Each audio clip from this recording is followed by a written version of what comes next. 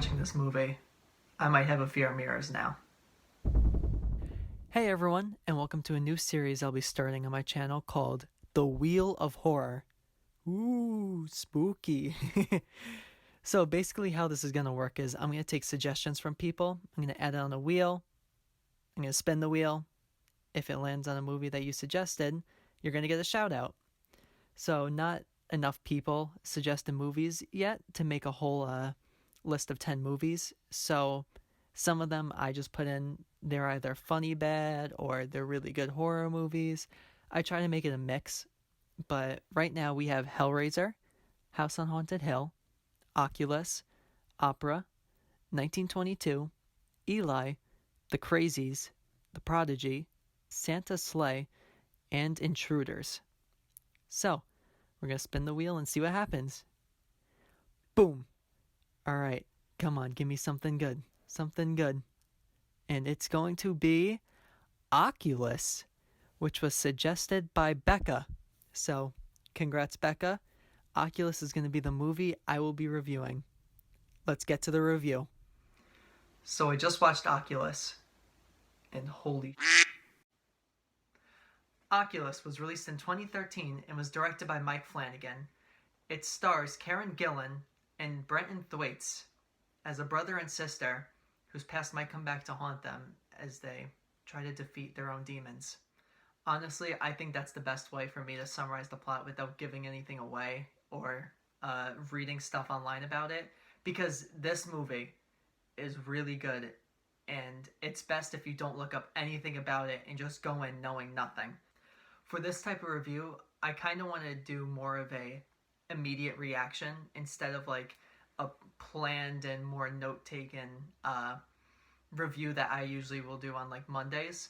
So that's why this one I'm a little bit more jumbled with everything, because this movie was so much better than I expected it was going to be. After seeing the production company was Blumhouse, and then seeing WWE Productions, I did not have high hopes for this movie. I'm sorry, Becca, I did not have high hopes as soon as I saw those. But boy, did it deliver. This is probably the best horror movie that I've seen in 2020 so far. Because, you know, Candyman's coming out in 2020. I have really high hopes for that, so I'm hoping that's good. Jordan Peele, don't let me down. You haven't let me down yet, but don't start. But this movie, I highly recommend it before I even start talking about it. I already recommend it. I just suggest you go and watch it. But let me tell you some things about it before you go and watch it. The acting in this movie is definitely the greatest strength of it. I mean, a lot of these are unknown actors, besides now Karen Gillan, who we all know her as Nebula from the Guardians of the Galaxy. You can pop a picture of Nebula if you like. Go Guardians of the Galaxy. But other than that, I mean, a lot of this movie, I didn't recognize any of the actors or actresses. And it was refreshing, because sometimes when you see a character, like I'll see Nicolas Cage in a movie and I won't think of him as his character. I'll be like, yo, that's Nicolas Cage. He's about to fight some aliens or something like that, whatever weird movie he's in, because we know he's in a lot. My favorite character in the movie was Tim, who was played by Brenton Thwaites. His character goes through quite the transformation during the movie, because he seems to deal with the pain the worst out of the brother and sister. And most of the movie is him trying to remember some things that he's tried to forget his whole life. You promised me you'd never forget what really happened. I was 10 years old. Daddy? Tim. Snap out of it!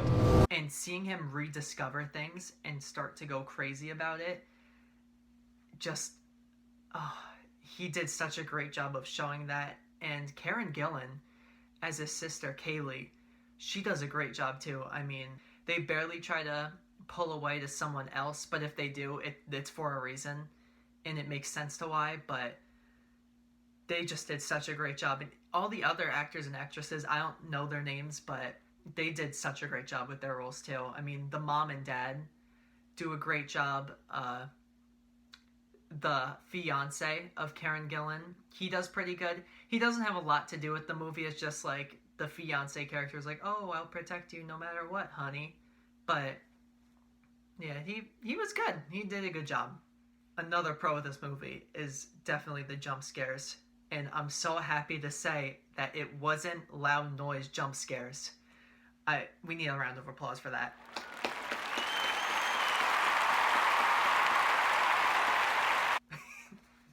If your movie has to rely on to scare the audience, then it's not a good movie. I'm sorry to say. I'm looking at you, Blumhouse. We know that you do it. I mean, look at Truth or Dare. Well, that wasn't scary in any way. Even if you did a loud jump scare noise, no one was scared. I think something very underrated in the movie is actually the film score to it. There's not a lot, but whenever there's a little bit of scoring going on in the background, it adds to the scene and it adds to the atmosphere of what's going on. And I like that because sometimes it becomes a little bit too much. If there's too much music playing, you don't really hear what's going on and you get kind of confused of like, why is there so much score playing? I want to listen to what the characters are saying. But in this, they do a good job of playing like a little bit and then just going completely silent so that you could hear a pin drop in the scene. And just a great job. I don't know who the composer is, but whoever it is, go you. I think the biggest flaw that I have with the movie is the amount of times that they flash back to the past. It was really cool in the beginning, showing like the flashbacks and seeing the family drama set up, because at the root of this movie, there is a lot of family drama and you're kind of thrown right into the deep end with it. So you understand like everyone's emotions as they were little to see how when they grew up, how it affected them. And I think it does a good job of doing that. But as it goes on, it relies a little bit too much by going back in time to events that took place 11 years ago. And that kind of takes away in the third act of the movie when it keeps on jumping back and you don't know what is happening, if you're in the present anymore, if you're in the past. Because they do a lot of things where they'll show a character from the past, but he's in the present, and then he'll turn around and then there's another person from the past, and then you're like, oh, this is a past flashback. So I think a better job of differentiating if you were in the past or present would have made this movie better, but it takes away a little bit from the third act.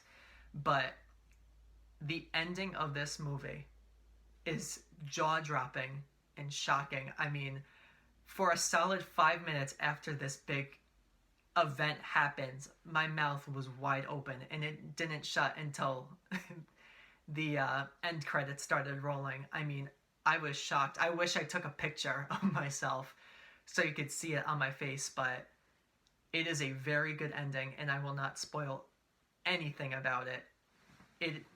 You just need to watch this movie. That's all I'm going to say. You need to watch this movie. So I'm going to give this movie a 9 out of 10.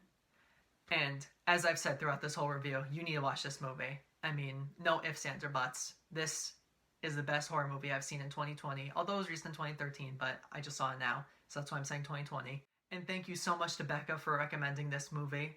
I thoroughly enjoyed it, and it definitely did not disappoint. But once I saw WWE Productions and Blumhouse, I was a little scared.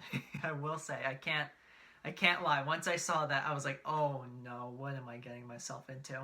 Something I want to talk about is how this movie has influenced some other movies that have come out in recent years. Specifically, The Bye-Bye Man. The Bye-Bye Man is basically a remake of Oculus, except taking a supernatural presence in Oculus and replacing it with a cokehead supernatural presence with a sausage dog.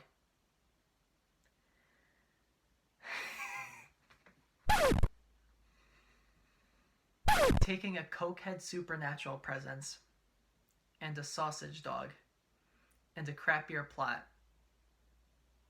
And that's how The Bye-Bye Man was constructed. I just wanted to bring that up because I hate The Bye-Bye Man. But the whole movie, I was just thinking, The Bye-Bye Man really stole from this movie and made probably one of the worst horror movies that I have ever seen in my life. And I'm mad at myself that I'm thinking about The Bye-Bye Man right now. Bye-Bye Man. So thank you everyone for watching. Leave some suggestions in the comments of other horror movies you would like me to see. And let's flash forward to the next review.